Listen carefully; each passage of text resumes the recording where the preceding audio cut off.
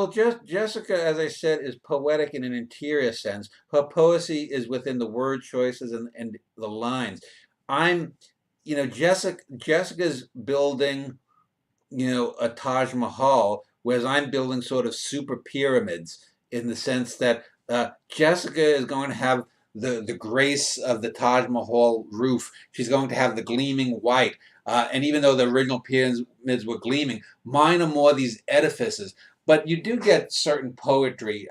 There is a poesy in the everyday. If you've read my poems, you know that I can match poesy with Jessica's prose or Hart Crane's poetry or Wallace Stevens's poetry, but it's a way to do something totally different because I wouldn't want to just necessarily have recapitulated some of the poesy of my poetry in the prose. Although there are certainly moments of great uh, poetic nature. The whole sneaker incident that I've talked about with Big Frank that happens later in the book is a perfect example of that.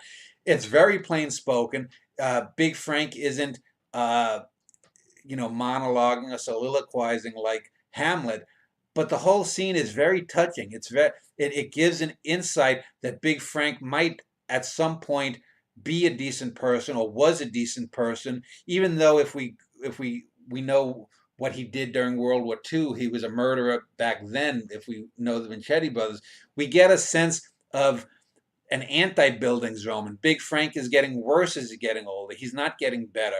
But there's a poesy in that. There's a poesy in these memories. So I'm there is it it gets to sort of the fractalism is I'm working at poesy at a not necessarily a more intricate level. Jessica's poetry is small and intricate. Jessica is sort of like making little figurines. She's mastering a clock, an old stopwatch, whereas I'm building a huge pyramid, or I'm building some grandiose Leonardo da Vinci kind of flying machine. Whether it flies or not, there is, as absurd looking as some of those diagrams may be, they do have a certain beauty to them. So I'm more likely to find not beauty in ugliness, which is a cliche, but I'm the worth of ugliness, the worth of prose as an anti-poesy.